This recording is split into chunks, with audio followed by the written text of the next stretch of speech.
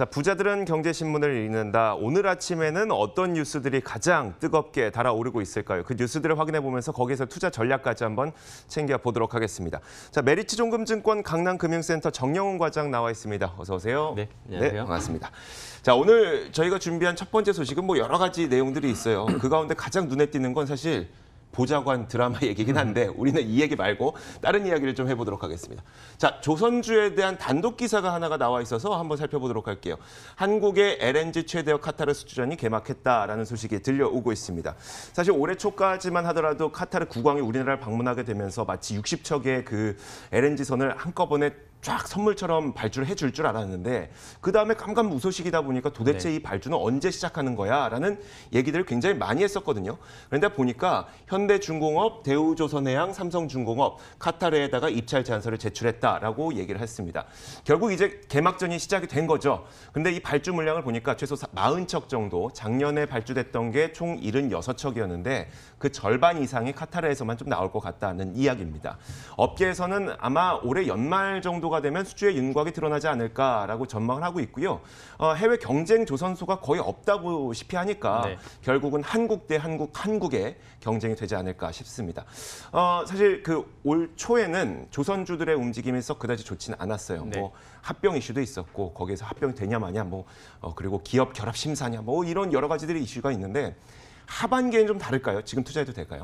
우선 올해 이제 조선 업황 턴어라운드에 대한 기대감이 높았었는데 실상 지금 현재까지는 아직까지 이제 벌크선이라든지 유조선 그 시황이 그렇게 좋지는 않습니다. 그러니까 작년 대비해서 여전히 좀 부진한 그런 업황이 지금 이어지고 있는 그런 상황이고요.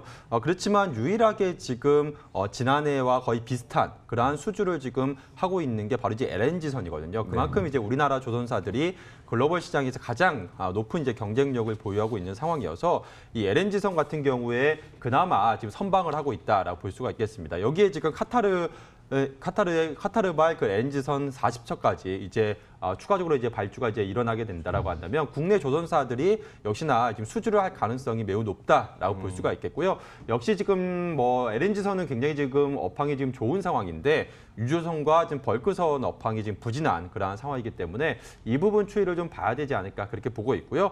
또한 이제 국제 유가가 최근에 또 이제 고점 대비해서도 하락한 상황, 내려온 상황인데 역시 국제 유가가 이제 상승을 해야지 최소한 60불대 이상은 올라가야지 또 해양 플랜트 발주가 또 일어날 수 있는 부분이기 때문에 역시나 좀 국제 유가 상승이 또 중요한 또 관전 포인트다라고 볼 수가 있겠습니다. 그렇지만 지금 조선주들 평균 지금 PBR이 약 한 0.7배 정도 그 정도 수준이기 때문에 여전히 지금 업황 회복에 대한 기대감은 좀 유효한 시점에서 지금의 밸류에이션이다라고 한다면 충분히 계속해서 좀 기대감을 가져갈 수 있는 그런 시점이 아닌가 싶습니다. 확실히 저렴하긴 한데 그리고 LNG선 발주 잘 나오는 것도 인정하는데 국제유가도 좀 올라줘야 되고 그 LNG선 말고 나머지 배들도 좀 잘 팔려야 되고 이것까지 좀 봐야 된다는 얘기겠죠? 알겠습니다.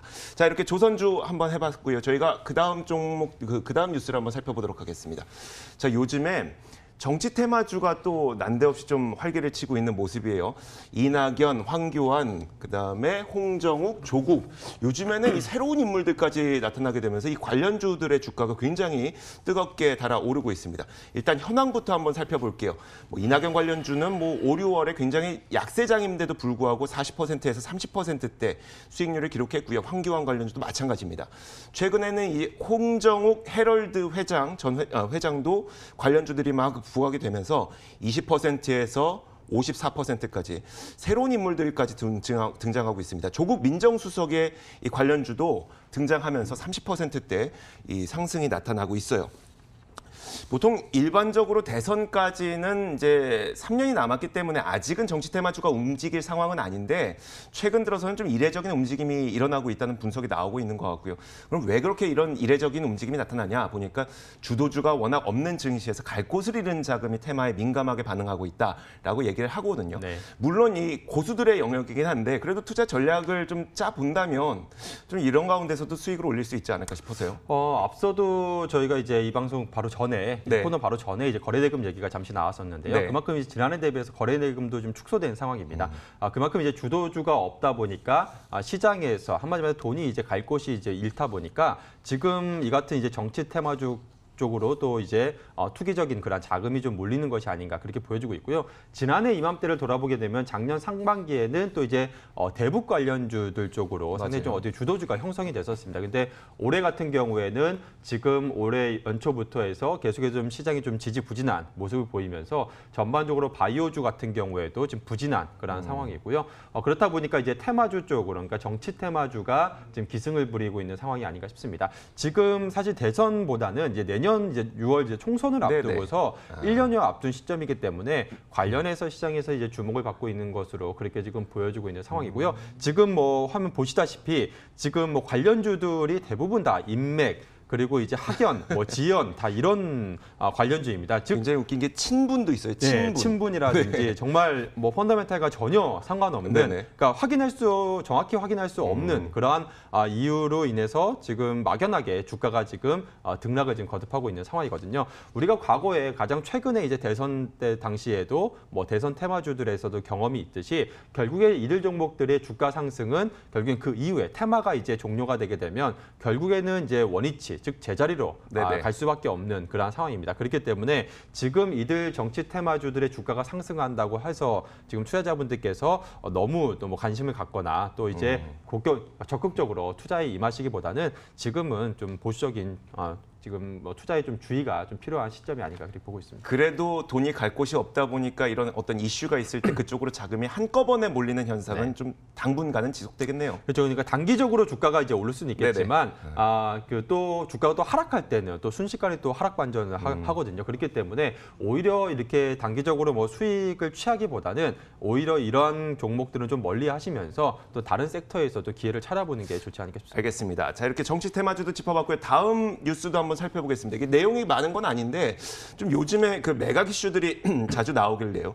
오늘도 보니까 그 삼본전자가 필록스 지분을 취득하겠다라는 공시가 전날 밤에 나왔더라고요. 그러면서 오늘 시장에서 삼본전자도 거의 뭐 20몇 % 올라가고 있고요. 필록스 주가도 뭐 20% 가까이 올라가고 있어요. 일단 그 필록스 주식을 1,080만 주를 삼본전자가 취득하겠다라고 공시를 했는데 취득 이유는 경영권을 인수하겠다. 결국 사들인다는 얘기예요. 취득 방법은 유상증자인데 사실 요즘 뭐 부방 쿠첸 이런 것들도 있고요. 매각 이슈들이 간간히 나오다 보니까 뭐 아시아나항공도 사실 관련된 거고 대한항공도 어떻게 보면 매각은 아니지만 경영권 이슈잖아요. 이런 것들이 자주 나오다 보니까 이런 뉴스를 접했을 때 급등이 딱 올라가고 나서 저는 보게 되거든요. 너무 아쉬우니까 매각 이슈를 접하는 그 투자들의 어떤 자세라고 할까요? 우선 그러니까 삼본전자 같은 경우에는 이제 시가총액이 한 2천억 정도 수준이죠. 근데 필룩스 같은 경우는 시가총액이 한 4천억 정도 수준입니다. 그러니까 거의 2배가, 그러니까 기업 가치가 거의 2배가 더 높은 회사를 지금 삼본전자가 이제 인수를 하는 거거든요.